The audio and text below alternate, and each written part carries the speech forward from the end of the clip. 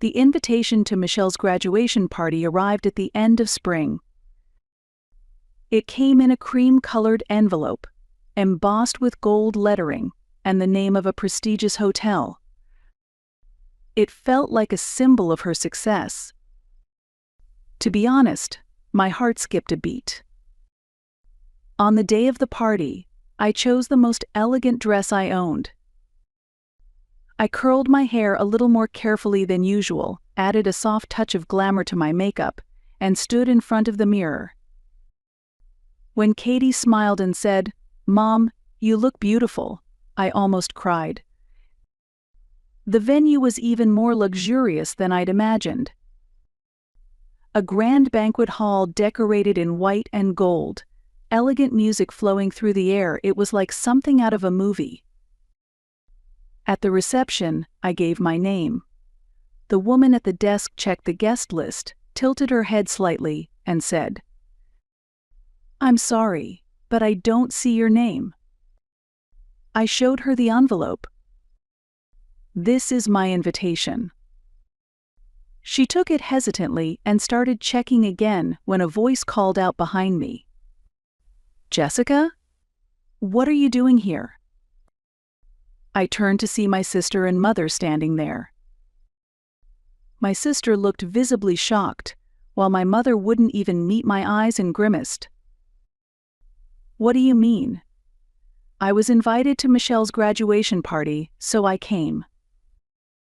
"That can't be right, there must be some mistake." "Your name wasn't on the family list. This isn't your place anymore." My mother's voice was low but clear. It was almost absurd, like a cruel joke.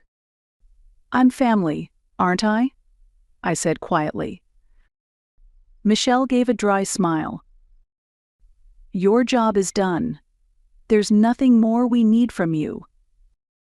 "What do you mean by that?" I asked. She didn't even flinch. "I mean you're no longer needed. This isn't your place anymore." I felt my heart pounding, my fingers going cold. I struggled to keep my mind from going blank. "How can you say that? Everything I've done up until now was just something to check off a list?" It was then that my mother, standing beside me, muttered under her breath, "You've always been out of your depth, Jessica." She still wouldn't look at me. Her lips just kept moving. "What's a lunch lady doing at a gathering of doctors? You were meant to stay behind the scenes for us. Coming out here like this, it's laughable." I couldn't say a word. My throat tightened and closed soundlessly. In my hands was the gift Katie and I had picked out together. I clutched it so tightly my hands were shaking. "Please just go home. That cheap dress is embarrassing." At those words, it felt like the whole room fell silent. I could feel every gaze on me. To them, Michelle, my mother, I wasn't family. I was an outsider. "Security, please escort this woman out. She's not supposed to be here." At Michelle's words, a man in a black suit approached. "Ma'am, I'm sorry, but..." It felt like a dream. My feet wouldn't move. Everything I just heard didn't feel real, and my mind echoed with a hollow silence. Not even tears came. But deep inside, something cold and heavy had sunk into my chest. "I understand." The words finally came out too calm, too devoid of feeling to sound like my own voice. I quietly turned away. I didn't lift my eyes. I didn't even straighten my back. I just started walking, so slowly I couldn't even hear my own footsteps. The weight of their eyes pierced my back. But I couldn't bring myself to look up. I focused only on leaving the hall, without saying a word. Even outside, my heart felt no lighter. I couldn't bring myself to go straight home. Instead, I wandered into the hotel lobby and sat in a corner of the lounge.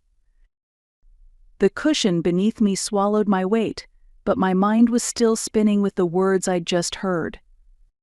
Your job is done. You don't belong here. Out of your depth. My fingers trembled as they gripped my phone. Inside me, quiet yet searing, anger and grief began to churn. The feelings I had buried for so long were slowly, unmistakably changing something within me. Looking back, I think it all began that day. The day I decided to support Michelle's dream. My name is Jessica Lawrence. I wake up at 4:30 every morning to work in the cafeteria of a public elementary school. It's not glamorous work, but the children say that was yummy. Makes it all worthwhile. One day, my mother told me, Michelle wants to become a doctor. Michelle is my younger sister, 10 years younger, actually, and when I moved out, she was still just a little girl in elementary school. She was always a dreamy, cautious girl. So when she declared she wanted to study medicine, I felt proud. But reality was harsh. My mother sighed, not with my income. It's impossible. I sat in silence on the phone, staring at my cold coffee. I wanted that girl to chase a dream I never could. I'll pay the tuition, I heard myself say. Though I worked full-time, my husband Nicholas ran a real estate company, and we relied heavily on his income. We weren't wealthy, but we were comfortable. So I decided to pay Michelle's tuition $8,000 a year. I didn't ask for anything in return. Watching Michelle pursue her dream of becoming a doctor was enough for me. About 6 months into her college life, she called me one day. It's hard to get by on scholarships alone. Michelle's voice sounded uncertain, almost anxious, and I believed her without a second thought. I just assumed medical school was more expensive than I'd imagined: utilities, groceries, transportation, textbooks. And with such a demanding program, she probably didn't have time to work a part-time job. Thinking it might give her peace of mind, I started sending her living expenses. At first, it was about $300 a month. But it gradually increased until I was transferring over $1,000 to her every month. I never said a word. In some way, I think I took comfort in being someone she could rely on. But the moment I realized it had all been an act, something inside me shattered. It happened during a break at work when a coworker was scrolling through social media. "Isn't this your sister?" she asked, turning her phone toward me. On the screen was Michelle, wearing a glamorous cocktail dress, smiling at a luxurious city restaurant. On the table were shopping bags that looked like designer brands, and the captions read things like "treating myself today" and "nothing like a resort to unwind." I froze. As I scrolled further, I saw poolside resorts, spa treatments, high-end fashion, an endless stream of luxury. There was no sign of financial struggle. In fact, she seemed to be living far more lavishly and freely than I was. While claiming to be struggling, Michelle had been living like this all along. The money I had saved by skipping things for my own child Katie's clothes, little indulgences, had gone to fund Michelle's lifestyle. And that thought made my skin crawl. But the final blow came on Katie's birthday. When she turned 7, I threw a small party at home. We invited her friends, baked a homemade cake, and decorated the house in bright colors. It was supposed to be a happy family day. The only reason I thought to invite Michelle was because I wanted to see the look of joy on Katie's face. But Michelle brushed it off. "I've got a medical conference that day. I really can't miss it." I believed her and told Katie, "It's okay, she's just really busy." Katie looked a little disappointed, but still managed a small smile, as if trying to reassure me instead. But a few days later, I opened social media without thinking and froze. There was Michelle, smiling on a beach with a glass of champagne in her hand. The photo was tagged with things like weekend vibes and well-deserved. She took a selfie with the ocean behind her, full of confidence. In that moment, the phone in my hand felt unbearably heavy. Just a few days earlier, Michelle had told me she was too busy with a medical conference to come to the birthday party I planned for my daughter. But the truth was completely different. She hadn't gone to any conference, she was partying at a beach resort with her friends. That realization pierced through me. All the emotions I had suppressed suddenly erupted. Despite all I'd done paying tuition, sending money she'd never once said thank you from the heart. But worse than that, what I couldn't forgive was her complete disregard for Katie. Even if she couldn't come, a simple apology, a message, anything would have meant something. Instead, she told a lie and went off to a resort without a word or a gift for the niece who had been looking forward to seeing her. That betrayal hurt the most. And even then, was I supposed to stay silent? To Michelle, I was just an ATM. A bottomless source of money she could tap into guilt-free, whenever she wanted. Someone she could betray without hesitation. That night, I couldn't sleep. In the quiet of our bedroom, I lay staring at the ceiling, listening to my husband and daughter breathing beside me, realizing that everything I had believed in was a lie. It was a kind of loss I couldn't even put into words. But beneath that loss, a new emotion stirred. I had never asked for anything, not even gratitude. Michelle's success had been my pride. But should I remain silent, even when basic respect had been trampled on? As I asked myself that, the words came quietly, "It's over." I was surprised at how calm I felt. It was like waking up from a long sleep. I'm Katie's mother. I'm Nicholas's wife.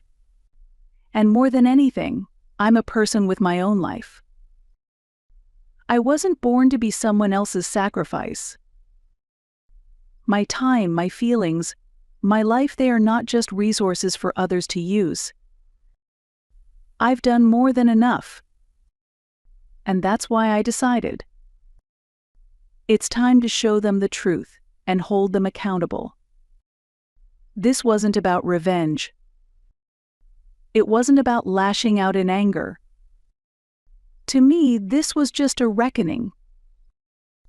A long overdue settling of the roles and feelings that had been blurred and ignored for years.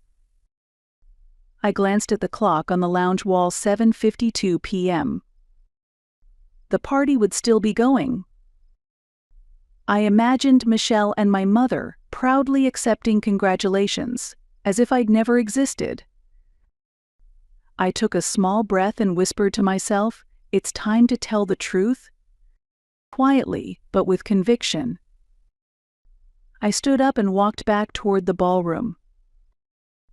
After exiting the elevator, I pushed open the golden doors once again. Inside, a speech was in progress. A man I assumed to be Michelle's advisor was on stage, praising her as a future leader in the field of medicine. Michelle stood beside him, calm and composed.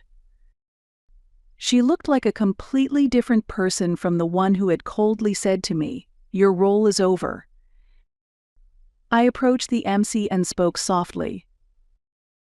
"May I say a few words? Just for a couple of minutes." He looked startled, but I didn't miss the faint flicker of understanding in his expression. As the microphone was handed to me, a ripple of whispers spread through the hall. But I wasn't afraid. I walked calmly to the stage, stood beneath the spotlight, and faced the crowd. Good evening. I'm Jessica, Michelle's older sister. I came here today to celebrate her achievements. My tone was ordinary, almost warm. I could feel the tension in the room ease slightly. I know many of you are proud of Michelle. I was one of those people, too. But there are things you deserve to know. I chose my words carefully. Michelle's tuition, $8,000 a year, was more than our mother could afford. So I paid it. Every year. The room fell silent. She told me scholarships weren't enough to live on, so I sent money every month. But the truth is, that money was spent on resort vacations and designer goods. Michelle tried to shout something from the back, but my voice through the mic overpowered hers. I'm married, I have a child, and even so, we cut back on our own lives to support her. I didn't just cover her tuition, I took over the mortgage on our family home, too. Without me, she wouldn't have had the life she enjoys now. I scanned the crowd. Their faces were a mix of shock and disbelief. Michelle's cheeks were burning red. My mother had gone pale. Still, I never asked for anything in return. Because we were family. Because I wanted her to live her dream. My voice faltered for a brief moment. But I continued. And yet today, my sister and mother told me, your role is over. You don't belong here. They had me thrown out of the venue. The room held its breath. I wanted this day to be a celebration of her success. But now I'm claiming it as the day I take back my own life. Before stepping off the stage, I added one last thing. If standing here makes me out of place, then so be it. But the one who truly needs to reconsider their place isn't me. I handed the microphone back to the MC. I didn't wait for applause. I wasn't looking for praise. I simply left the truth behind and walked away. Outside the hotel, I felt a strange lightness in my chest. As if I had finally laid down a burden I'd been carrying for years. That night, when I got home, Katie greeted me sleepily. "Welcome back, Mommy." At her voice, I finally let myself cry. After she was asleep, I sat in the living room with Nicholas. And I finally spoke. Today they told me my job is done. He frowned. What does that mean? I told him everything that had happened at the party. He listened silently until I finished, then sighed deeply. I've been worried. That you were giving too much, that you were breaking yourself to hold them up. I shook my head. When Michelle got into med school, there was no money. I was the only one who could pay, so I thought it was just what I had to do. But I wrapped my hands around the cold mug in front of me. After everything I've done, why did they say that to me? What did I do wrong? He gently placed his hand over mine. You didn't do anything wrong. You were taken advantage of because you're kind. Because you thought being family meant you had to carry it all. But now it's okay to draw the line. His words sank into me. I knew I had to change. Just throwing emotions at them wouldn't fix anything. What I needed was action. Something real. The next day, I told Nicholas. I'm going to take formal action about the house. I'll talk to a lawyer and start the eviction process. He simply nodded and held my hand. "I've seen everything, Jessica. It's time to close the chapter properly." For the first time, his words made me feel something I hadn't in years. The comfort of knowing I wasn't alone. That weekend, I visited a lawyer's office. Calmly, methodically, I submitted all the financial records, mortgage paperwork, and legal documentation confirming my ownership and usage rights. After carefully listening, the attorney nodded. "Legally, the property is in your name. You have full rights to request that your family vacate the premises. We'll begin with a certified notice. If they don't comply, we'll proceed with legal eviction." On my way home, I paused and stepped into the old bakery I used to visit as a teenager. Back when I was the one cooking and cleaning in that house, this little shop had been my only escape. The warm scent of butter and freshly baked bread felt like a quiet whisper from the past. "You did well." A few days later, the certified letter was delivered. The response came quickly. From the other end of the line came my mother's furious voice. "What are you thinking? Telling us to move out now? We've lived in that house for years." I replied in a steady voice. "Do you remember who's been paying the mortgage since Dad passed? That house is in my name. I've carried that responsibility all this time." But not anymore. There's been no gratitude, no respect. I have no reason to keep holding on to this relationship. "So you're just abandoning your family?" I thought family meant mutual support, not one person endlessly sacrificing. I'm not a puppet whose only purpose is to hold others up. It's time I start protecting myself. I paused for a moment, then added quietly. "And besides, didn't you say my role was over? If that's true, then maybe Michelle can help you now. She is a successful doctor, after all, isn't she?"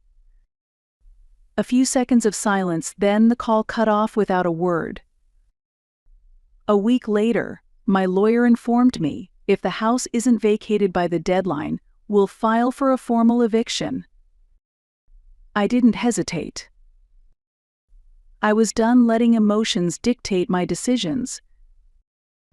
I didn't want a dramatic courtroom battle. I moved forward, calmly, step by step, grounded in facts. I chose to close the chapter not with feelings, but with action and evidence after years of being led by emotion. And on the day of the eviction deadline, I returned to the house. It was empty. With the eviction process complete and the legal dispute over the house title finally settled, peace, true, rightful peace, had at last returned to my life. But not peacefully so. In the spaces left behind, memories crept in. Regrets whispered. But I didn't want to stop.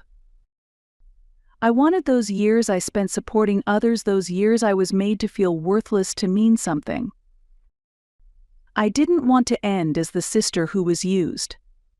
I wanted to rewrite that story.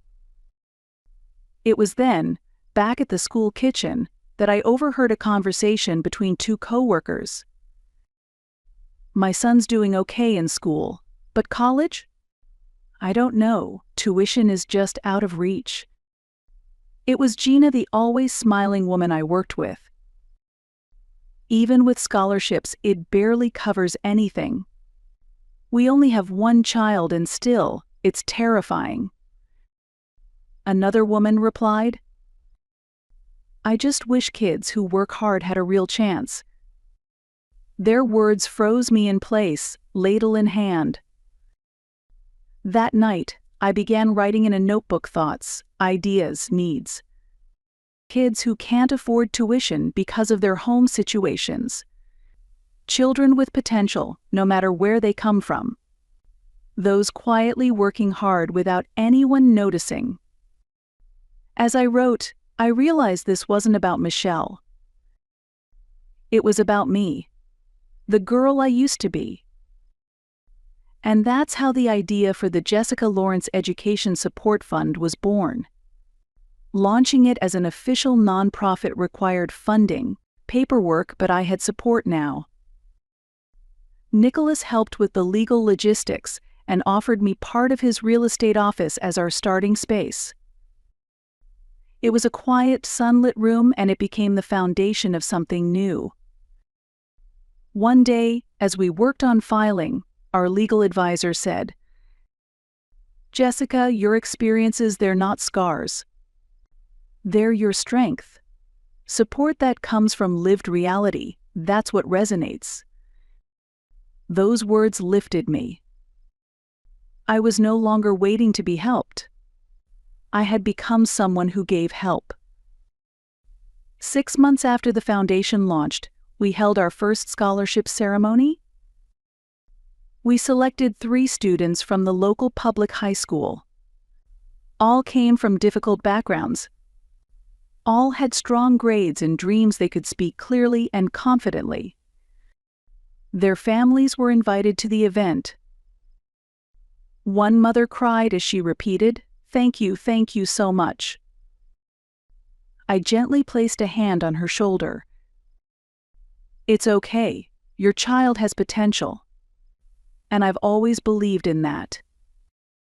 On the way home, Katie grabbed my hand tightly. "Mom, you were so cool today. When I grow up, I want to be just like you." Those words made me finally begin to feel proud of the path I had chosen. Then one day, a bundle of letters arrived at the office. "Thanks to you, I got into college. Without the scholarship, I wouldn't have made it. Truly, thank you.